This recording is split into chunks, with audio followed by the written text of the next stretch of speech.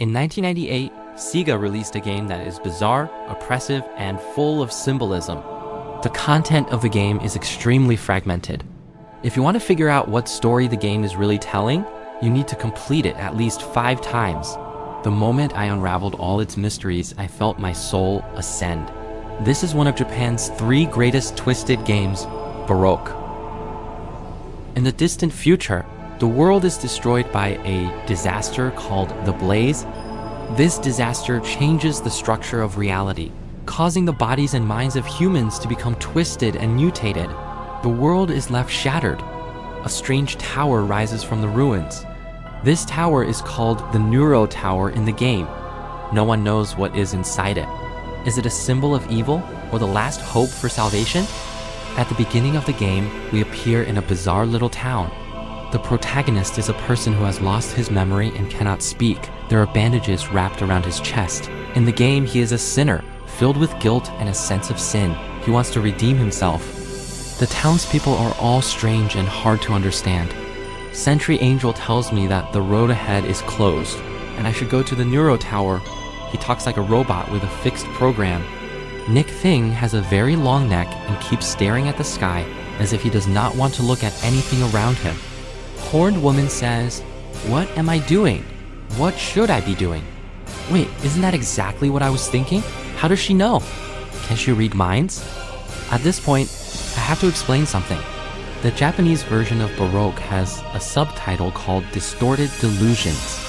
First, we need to understand that Baroque art is a style known for being exaggerated, strange, and lacking in balance.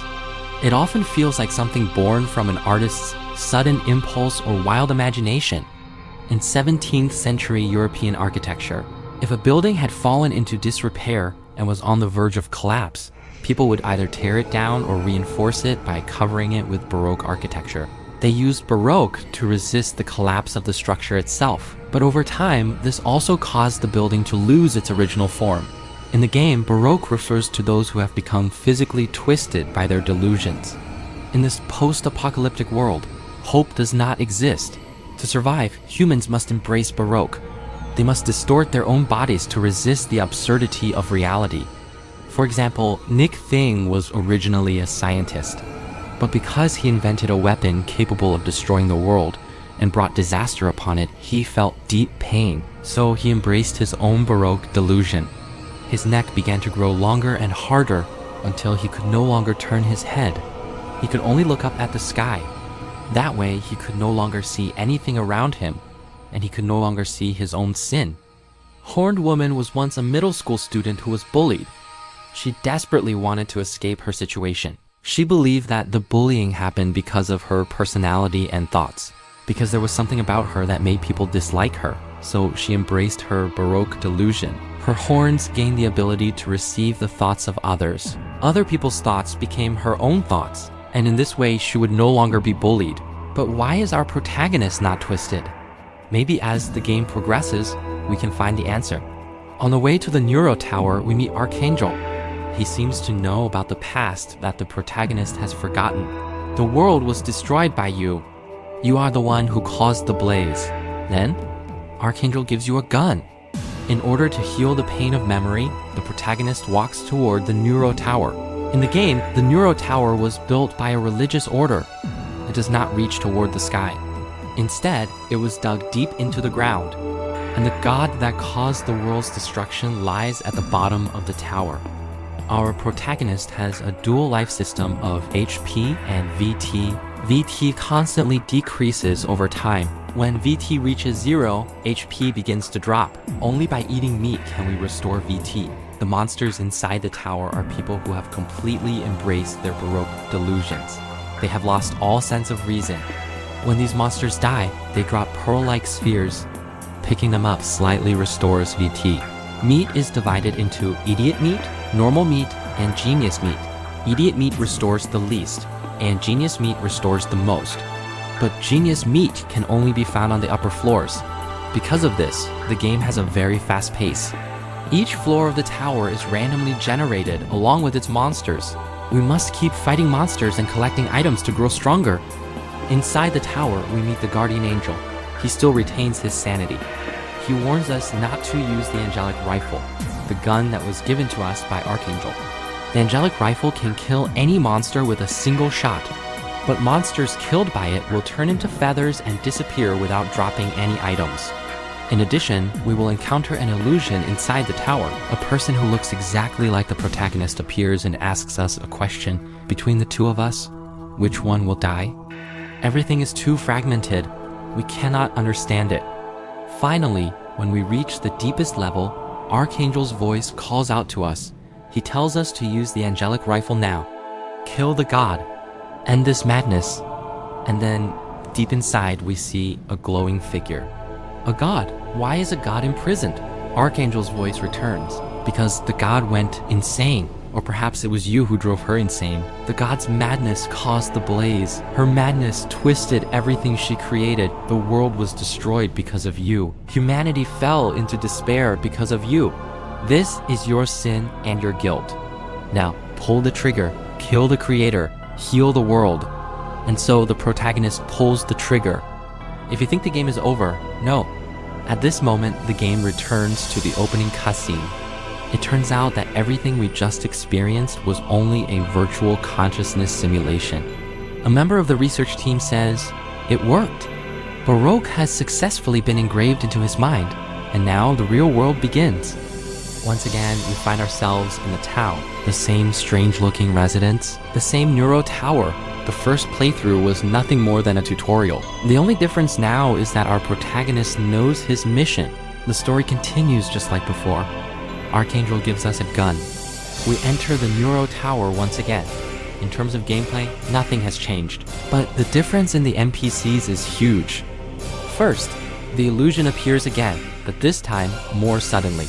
He asks us if we remember how we used to play chess together. We took turns waking up, making one move at a time. Weren't we supposed to always be together? Why did you betray me?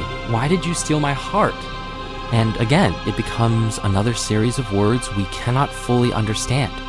In addition, we will meet a young girl in the tower.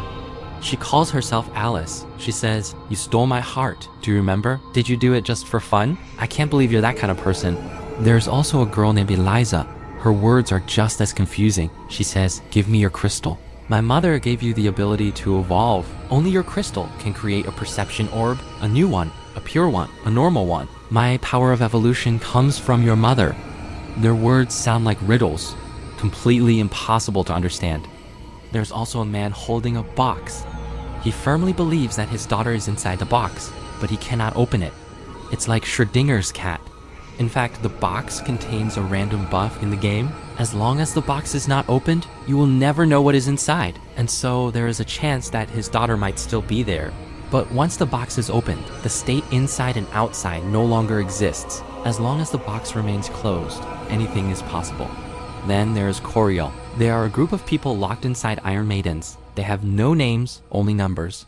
They say, "Looks like all of us Coriel, except you, number 12, have been sealed away. Has the Dabar fusion been completed?" From this, we can understand that the protagonist was once a Coriel too. But once again, this information is nearly impossible to fully grasp. This time, the so-called Neuro Tower in the real world is much harder than the simulation. If the protagonist dies, he will return to the town and everything starts over from the beginning. But each time, the dialogue of the NPCs will change slightly. Archangel especially changes. He grows more and more impatient with each of our deaths. He says things like, "No matter how many times we repeat this, it's useless. You're no different from the original, are you? Pathetic. You're not dying on purpose. Are you? Go to the Neuro Tower. Get lost." Finally, after restarting again and again, we reach the bottom of the Neuro Tower. There we see Archangel impaled through the body. And the thing that pierced Archangel is called the Consciousness Orb. Even though Archangel is unable to move, pierced through the body, he still does not forget to tell the protagonist to go kill God. As the protagonist continues forward, he sees God, but this time God is different from the one in the simulator. God not only has a body, but also speaks. "You have no past to protect yourself, and I have no pain to protect myself. Don't go mad. Don't go mad." God repeats these words over and over, almost in a panic. Without much hesitation, just like in the simulator, the protagonist pulls the trigger. But God says, I wanted to become one with you once again. And just like that, God dies. Then Archangel says, this is the only way to save our world. Give me your idea, Sephira. Together, we will create a new world. But even after completing this so-called redemption, the protagonist does not feel his guilt or sense of sin has faded. At that moment, a familiar dream begins to flow into the protagonist's mind. It comes from the dead God. In the dream, a brother appears. He looks exactly like the protagonist. He asks, which of us will die? Then I'll be killed. And just like that, the brother dies right in front of him. The familiar feeling of guilt and remorse returns. This symbolic dream does not clearly reveal the truth, but one thing is certain, the protagonist's sense of sin is related to his brother. And Archangel has been lying to us the whole time. He used the protagonist's guilt to push him to kill God so that Archangel could take God's place. So the protagonist refuses Archangel. He chooses to give the new world a chance to begin again. And so the third playthrough begins. Thank you for watching up to this point. This is Baroque, a game that spreads every detail of its story across different NPCs. If you want to understand the full picture, you not only have to complete the game over and over again, but also speak to each NPC repeatedly and piece the information together yourself. What makes it even more difficult is that many parts of the story are not even inside the game. Baroque Syndrome is a prequel visual novel released on the PlayStation 1. There are also 3 novels and a sequel manga. These works fill in many of the missing pieces and are essential to fully understanding the story. From Baroque Syndrome, we learn that the world had already begun collapsing long before the blaze. A young girl took her own life. She left behind 3 notebooks in which she wrote that she was tired of a secret love affair with a famous musician. But in reality, the 2 of them had never even met. According to reports, there were a total of 73 similar suicide cases. The victims were all young, and there was no connection between the incidents. But they all shared one thing in common. They each left behind powerful delusions. These suicides and crimes, all without clear motives, were categorized as Baroque distorted delusions. God is said to perceive the world. Whenever someone becomes twisted, God releases the blaze to repair the distortion. But for those who are completely lost to delusion and no longer sane, God cannot restore them. That was when the Order of Malkath was formed. They were a religious group that executed those beyond salvation. Archangel, the leader of the order, had grown tired of God's inability to act. He wanted to replace God and create a world without distortion. So he planned to strip away God's pain. A God without pain cannot sense the distortion of the world. And once that happens, God will gradually lose the ability to intervene. At the moment God becomes powerless, Archangel would merge with her and become the new God. The guardian angel followed Archangel's suggestion and stripped away God's pain. That pain was placed into culture fluid and grown. The result of that process were the littles. These poor creatures were born into nothing but suffering. From the moment they existed, all they ever wanted was to die. But inside the culture fluid, they could not die. If a small amount of pain can serve as a warning, then too much pain can kill. Even a god is not immune. That is why when the guardian angel tells us to stop using the angelic rifle, to stop hurting them, and to purify them with our own power instead, we finally begin to understand. The reason the angelic rifle can kill anything in one shot is because when we pull the trigger, a little is released. Its desire to die is so strong that the moment it is freed, it immediately seeks death. This is not a weapon of purification. It is a weapon of pain. If we destroy the cultivation facility, we will obtain God's pain. Do you remember Nick Thing? The angelic rifle was invented by him. Because he created this weapon of pain, he feels responsible and guilty. If we give the little's culture fluid to Nick Thing, he becomes overwhelmed with guilt. His desire to die becomes extremely strong. The tormented Nick Thing has always used his delusions to escape reality. But now, we have placed the evidence of his sin right in front of him. And when that happens, his delusion can no longer protect him. No one can survive in this world without a Baroque. After Nick Thing dies, we receive his crystal. His desire to die was so powerful that when we hand him over to Sentry Angel, he takes his own life. This time, we finally learn what's behind the door. When we enter the room, we discover that the walls are covered with people who look exactly like the protagonist. This confirms that the deaths in the game are real. Every time the previous protagonist dies, a new clone wakes up to continue the mission. And the meat we pick up inside the tower is actually the flesh of these clones. Think about it. When we defeat a monster, it only leaves behind a small white orb, nothing else. So the meat that's left on the ground can only be from fallen clones. The ones who die on the lower floors are less intelligent, so their meat is called idiot meat. The ones who manage to reach the deeper levels are the smarter clones, so their meat is called genius meat. After purifying all of the clones, the protagonist receives the idea Sephira. Do you remember the girl named Eliza?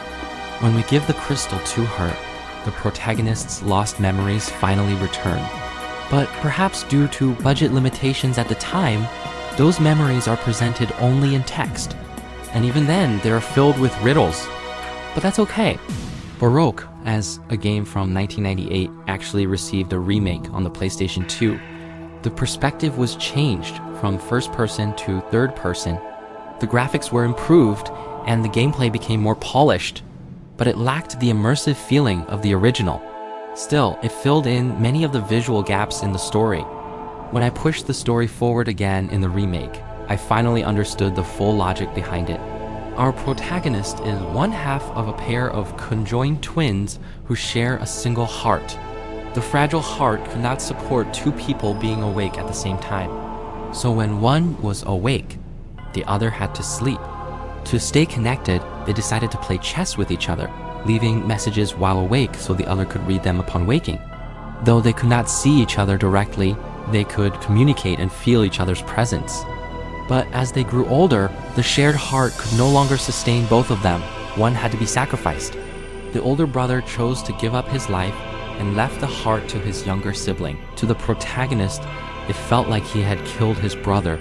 That was the source of his deep guilt. The bandages on his chest are the scar from the separation surgery. And so, this time, in order to redeem his sin, the protagonist chooses to trust God. He fuses with her and gains divine power.